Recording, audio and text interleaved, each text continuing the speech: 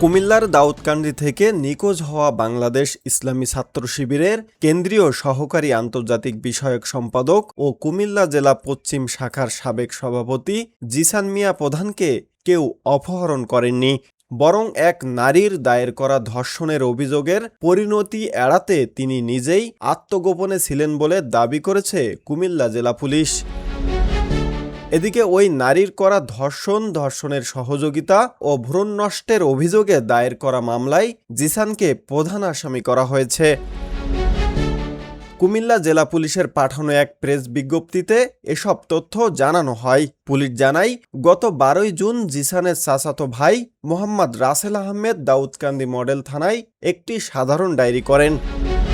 জিডিতে উল্লেখ করা হয়, 11 জুন রাত 8:30টার দিকে দাউদকান্দি বাজার এলাকা থেকে জিসান নিখোঁজ হয়েছেন।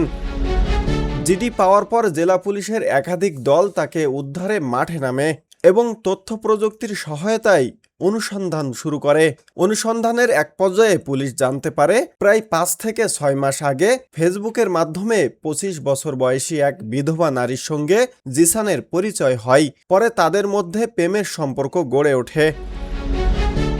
পুলিশের ভাষ্য অনুযায়ী গত 20 মে দাউদকান্দিতে জিসানের ভাড়া বাসায় বিয়ের প্রলোভন দেখিয়ে ওই নারীকে ধর্ষণ করা হয়। পরবর্তীতে একাধিকবার একই প্রলোভনে শারীরিক সম্পর্ক স্থাপন করলে ওই নারী অন্তঃসত্ত্বা হয়ে পড়েন। এরপর গর্ভের সন্তান নষ্ট করার জন্য তাকে চাপ দেওয়া হয়। এক পর্যায়ে ঔষধ সেবনের মাধ্যমে ভ্রূণ নষ্ট করা হয় বলেও অভিযোগে উল্লেখ করা হয়েছে। ভুক্তভোগী নারী বিয়ের জন্য চাপ দিলে জিসান 12 জুন বিয়ে করবেন বলে আশ্বাস দেন, কিন্তু 11 জুন রাতেই বিয়ে এড়াতে আত্মগোপনে যান এবং নিজের নিখোঁজ হওয়ার বিষয়টি নাটকীয়ভাবে উপস্থাপন করতে চাচাতো ভাইয়ের মাধ্যমে থানায় সাধারণ ডায়েরি করেন বলে তদন্তে প্রাথমিকভাবে উঠে এসেছে। এদিকে শুক্রবার 13 জুন রাতে কুমিল্লার লাকসাম জংশন রোড এলাকা থেকে স্থানীয় লোকজন তাকে অচেতন অবস্থায় উদ্ধার করেন। পরে লাকসাম থানা পুলিশ তাকে হাসপাতালে নিয়ে যায়।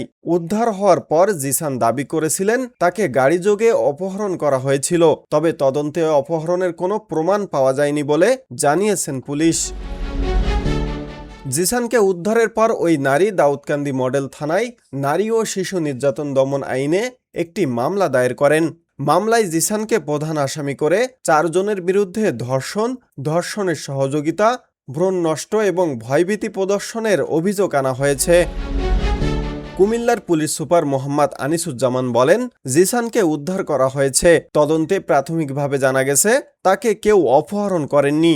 এক নারীর সঙ্গে প্রতারণামূলক ঘটনার জেরে তিনি আত্মগোপনে ছিলেন। ওই নারীর অভিযোগের ভিত্তিতে নারী ও শিশু নির্যাতন দমন আইনে মামলা হয়েছে। মামলার অভিযোগগুলো গুরুত্বের সঙ্গে তদন্ত করে আইনগত ব্যবস্থা নেওয়া হবে। পুলিশ জানায়, এই ঘটনায় দাউদকান্দি মডেল থানায় নারী ও শিশু নির্যাতন দমন আইনে মামলা রুজু করা হয়েছে। মামলার তদন্ত অব্যাহত রয়েছে। ইউএফটি ফার্স্টের সাথে ট্রেড করুন যে কোনো জায়গা থেকে। ক্যাম্পাসে ক্লাসের ফাঁকে, ঢাকার জ্যামে বসে কিংবা ঘরে বসে ট্রেডিং এখন হাতের মুঠোয়। তাই ট্রেড করুন যখন খুশি, যেখানে খুশি।